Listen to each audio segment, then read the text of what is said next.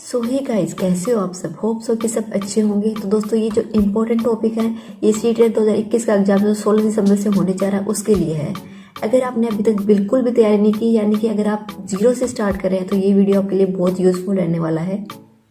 साथ ही जो एस्पिरेंट थोड़ा बहुत पढ़ चुके हैं तो उनके लिए भी ये मददगार साबित होगा। दोस्तों, ये तो जस्ट इम्पोर्टेंट है, लेकिन कौन से टॉपिक कब, कैसे और कहाँ से पढ़ने हैं, इसके लिए आपको मेरे चैनल को सब्सक्राइब करना होगा, क्योंकि अब कल से डेली आपको स्टडी के व्लॉग देखने को मिलेंगे, जिसमें मैं आपको बताऊंगी कि टॉपिक कहाँ से और कैसे पढ़ना है। मेरा खुद का ये पहला अटेम्प्ट है और इसके साथ मैंने बिल्कुल भी तैयारी नहीं की अभी तक, लेकिन अभी भी हमारे पास 1 मंथ से ज़्यादा का समय है। तो आप कंफ्यूज ना होएं और ना ही ड्रेन की सिलेबस कैसे कवर होगा। आप चाहे तो मुझे भी फॉलो कर सकते हैं, यानी कि मेरे टाइम टेबल के अकॉर्डिंग जैसे मैं तैयारी कर रही हूँ वैसे आप भी कर सकते हैं। तो चलिए डिस्कस करते हैं इम्पोर्टेंट टॉपिक की। तो ये जो इम्पोर्टेंट टॉपिक है ये दोनों पेपर के लिए इम्पोर्टेंट, पेपर 1 और पेपर 2 के लिए। तो दोस्तों, सबसे पहले बात करते हैं इंग्लिश के इम्पोर्टेंट टॉपिक्स की। सबसे पहला टॉपिक है LSRW, यानी कि लैंग्वेज स्किल और उसकी सब स्किल्स। इससे एक क्वेश्चन हमेशा आता है। सेकेंड नंबर पे इम्पोर्टेंट TLM, यानी कि टीचिंग लर्निंग मटेरियल। इससे भी एक क्वेश्चन आता है। इसमें क्या करना है, विजुअल, ऑडियो और ऑडियो विजुअल वाले पार्ट करने हैं। फिर नंबर 3 पे है फिगर ऑफ स्पीच। इससे 1 या 2 क्वेश्चन आएगा पोएट्री सेक्शन से। उसके बाद आता है नंबर 4 पे मेथड ऑफ टीचिंग ग्रामर। इससे 1 या 2 क्वेश्चन आते हैं। GT मेथड हो गया, डायरेक्ट मेथड हो गया, बाइलिंगुअल मेथड से किसी से भी एक क्वेश्चन आ जाएगा। उसके बाद नंबर 5 पे है डिफरेंट अप्रोचेज। इसमें कौन सी स्ट्रक्चर अप्रोचेज, कम्युनिकेटिव अप्रोचेज कौन सी भी आ सकती है, तो ये भी इंपॉर्टेंट है। नंबर 6 पे है टाइप ऑफ वर्ड्स। इसमें क्या lexical words, functional, contents, cohesive, के बारे में किसी से कुछ भी एक क्वेश्चन पूछ लिया जाता है। उसके बाद आता है नंबर 7 पे, ये भी इंपॉर्टेंट है। इसमें assessment, evaluation, CC, NEP, RT जैसे कि पेडागोजी में हम पढ़ते आए हैं उन सब के बारे में पूछा जाएगा। नंबर 8 पे ये भी इंपॉर्टेंट है। इसमें क्या है, लर्निंग डिसेबिलिटी जैसे डिस्ग्राफिया के बारे में पूछ लिया जाएगा। 1 या 2 क्वेश्चन इससे आता है। नंबर 9 पे आता है अप्रोच मेथड, टेक्निक या स्ट्रेटजी। फिर नंबर 10 पे आता है लैंग्वेज एंड थॉट्स। इसमें जैसे चॉम्स्की थ्योरी वगैरह होंगी उन सब के बारे में पूछ लिया जाएगा। फिर नंबर 11 पे आता है challenges in a diverse class. Number 12 पे है अप्लाइड पेडागोजी। नंबर 13 पे क्रिटिकल ग्रामर, जैसे कि verb, question tag, weak and strong verbs, tense, collective nouns, इन सब के बारे में पूछ लिया जाएगा। फिर नंबर 14 पे है लर्निंग एंड एक्विजिशन। नंबर 15 पे है प्रिंसिपल ऑफ लैंग्वेज टीचिंग। तो इसके बाद हम बात करते हैं EVS के इंपॉर्टेंट टॉपिक्स की। तो इसके लिए क्लास 3rd से 5th की NCERT कहीं से भी अवेलेबल हो जाए आस पड़ोस में, तो वहां से ले लीजिएगा।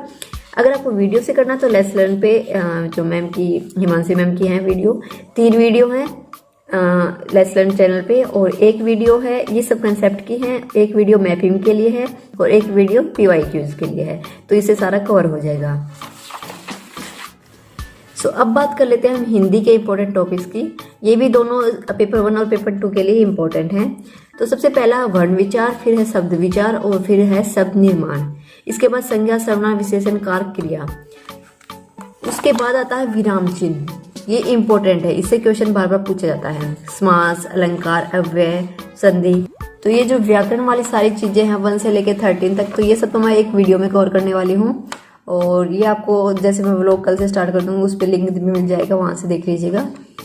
लेकिन जो 14 से 18 तक है ये सारे पेडागोजी है, और ये पेडागोजी मैं लेट्स लर्न चैनल से करने वाली हूँ, हिमांशी मैम वाले यूट्यूब चैनल से। तो ये सारा वहां से कवर हो जाएगा। तो अब करते हैं हम CDP के इम्पोर्टेंट टॉपिक्स के बारे में। तो सबसे पहला है concept of development. Second number पे प्याजे, वाइगोस्की और कॉल्बर्ट जो थ्योरी है सारी। और नंबर 3 पे CC, जो मैं स्टार लगा रखी है इंपॉर्टेंट है, यहाँ से क्वेश्चन बार बार पूछे जाते हैं, तो ये स्किप नहीं करने हैं, ये तो सारे रट के जाने हैं। नंबर 4 पे RT एक्ट 2009, फिर है NCEP 2005। उसके बाद जो इंक्लूसिव एजुकेशन है ये बहुत ज़्यादा इंपॉर्टेंट है, इससे 5 मार्क्स का क्वेश्चन आते हैं। उसके बाद है Bloom taxonomy. Language and thoughts Hindi में भी आएगी, इंग्लिश में भी आएगी और CDP में भी आएगी, तीनों में इंपॉर्टेंट है, तो ये भी चीज कवर करनी होगी। उसके बाद आता है जेंडर, जिसमें भी 3 से 4 मार्क्स का क्वेश्चन बनता है। उसके बाद आता है मोटिवेशन, इससे CDP में 1 मार्क्स का क्वेश्चन पूछा जाता है। फिर है टीचिंग लर्निंग मटेरियल्स। उसके बाद आता है इंटीग्रेटेड सब्जेक्ट टीचिंग, और फिर आती है डायग्नोस्टिक एंड रेमेडियल टीचिंग। ये भी हिंदी, इंग्लिश और CDP तीनों में क्वेश्चन आते हैं इससे। फिर है लैंग्वेज लर्निंग एंड एक्विजिशन और लैंग्वेज के, ये दोनों एक ही हैं, तो ये भी हिंदी, इंग्लिश और CDP में आएंगे, और दोनों ही मोस्ट इंपोर्टेंट है, बार बार इससे क्वेश्चन आ रहे हैं, तो ये भी स्किप नहीं करने हैं। तो ये तो था CDP का मटेरियल। और अब बात करते हैं मैथ के मटेरियल की। तो मैथ में है सबसे पहला ये वाला जो है पोर्शन यहाँ से लेकर के और 4 तक, ये तो पेडागोजी का है, दोनों में आएंगे, पेपर 1 में भी और पेपर 2 में भी। जैसे nature of mathematics, teacher learning materials, evaluation through formal informal methods, diagnostic and remedy. तो ये चारों तो पेपर 1 और पेपर 2 दोनों में आने वाले हैं। उसके बाद जो पेपर 1 की बात करेंगे तो इसमें सबसे पहला टॉपिक है मेंसुरेशन। इसमें 2D में क्या है, स्क्वायर या रेक्टेंगल, और 3D में क्यूब या क्यूबॉइड। उसके बाद है शेप्स, स्पेशल अंडरस्टैंडिंग, जिससे पेरीमीटर वगैरह के बारे में पूछ लिया जाएगा। तो उसके बाद इंपॉर्टेंट सॉलिड अराउंड एस, जैसे कोन, सिलेंडर के बारे में पूछ लिया जाएगा। फिर है नंबर इंपॉर्टेंट है, नंबर से बार बार पूछा जा रहा है। ओके, उसके बाद है एडिशन, सब्सट्रैक्शन, मल्टीप्लिकेशन, डिवीजन, इससे एक दो क्वेश्चन आते हैं। फिर है मेजरमेंट और वेजर है टाइम से एक क्वेश्चन बन जाता है। उसके बाद आता है डाटा हैंडलिंग, पैटर्न, इनसे कभी आ जाता है, डाटा हैंडलिंग से कभी नहीं आता, तो पैटर्न है एक। और फिर है मनी। तो ये सब तो है सारे पेपर 1 के। अब बात करते हैं पेपर 2 के बारे में। तो ये है पेपर 2 के मैथमेटिक्स के लिए इंपॉर्टेंट टॉपिक्स। तो सबसे पहला नंबर सिस्टम में क्या है, knowing our number, whole number, fraction, integer, ये सब के बारे में क्वेश्चन आ जाएगा। उसके बाद है अलजेब्रा, इंट्रोडक्शन अलजेब्रा, जैसे 2 क्वेश्चन आ जाएंगे, एक रेशियो प्रोपोर्शन से एक क्वेश्चन आ जाएगा, परसेंटेज से क्वेश्चन आ जाता है, profit loss, compound simple interest से क्वेश्चन आ जाता है।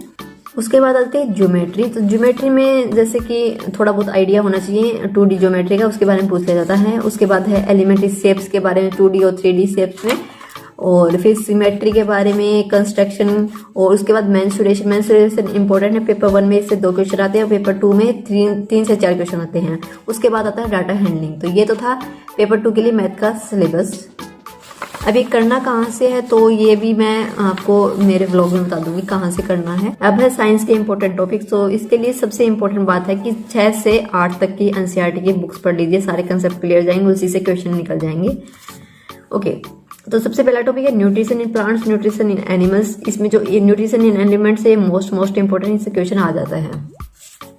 उसके बाद है हीट, फिर है एसिड, बेसिस और साल्ट, इससे भी बहुत ज्यादा क्वेश्चन बनते हैं, तो बार बार पूछे जाते हैं, ये भी इंपॉर्टेंट है। उसके बाद है फिजिकल एंड केमिकल चेंज, ये इतना ज्यादा इंपॉर्टेंट नहीं है, नहीं ये ज्यादा इंपॉर्टेंट है। वेदर, क्लाइमेट और एडेप्टेशन ऑफ एनिमल्स, ये भी इंपॉर्टेंट नहीं है इतना। फिर आती है विंड्स एंड साइक्लोन, सोयल से क्वेश्चन पूछ लिया जाता है।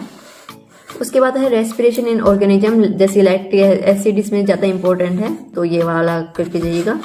फिर है क्रॉप प्रोडक्शन और transportation in animals and plants, reproduction in plants, electric current, fibre and plastic, metal and non metal, metal से इंपॉर्टेंट है, क्वेश्चन बन जाता है। फिर है सेल, साउंड, फ्रिक्शन। उसके बाद सबसे इंपॉर्टेंट है माइक्रो ऑर्गेनिज्म, इसमें जितने डिजीज हैं उन सब के बारे में इंपॉर्टेंट है, आप याद करके चाहिए, कोई भी एक क्वेश्चन आ सकता है।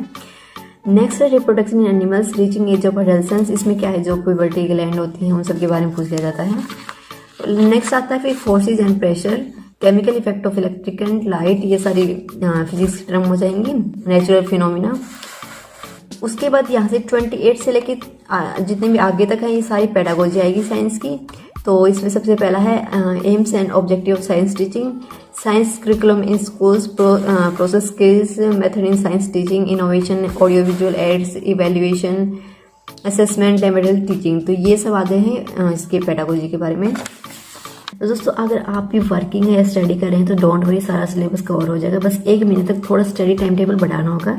मैं खुद PhD कर रही हूँ और इसके अलावा मेरे 2 छोटे छोटे बच्चे हैं, फैमिली है, बट 5 से 6 घंटे तो निकालने ही होंगे। यूजफुल लगे तो वीडियो को लाइक कर दीजिएगा, और ऐसी और वीडियो देखनी है तो चैनल को सब्सक्राइब कर दीजिएगा और जुड़े रहिए हमारे चैनल के साथ। थैंक्स।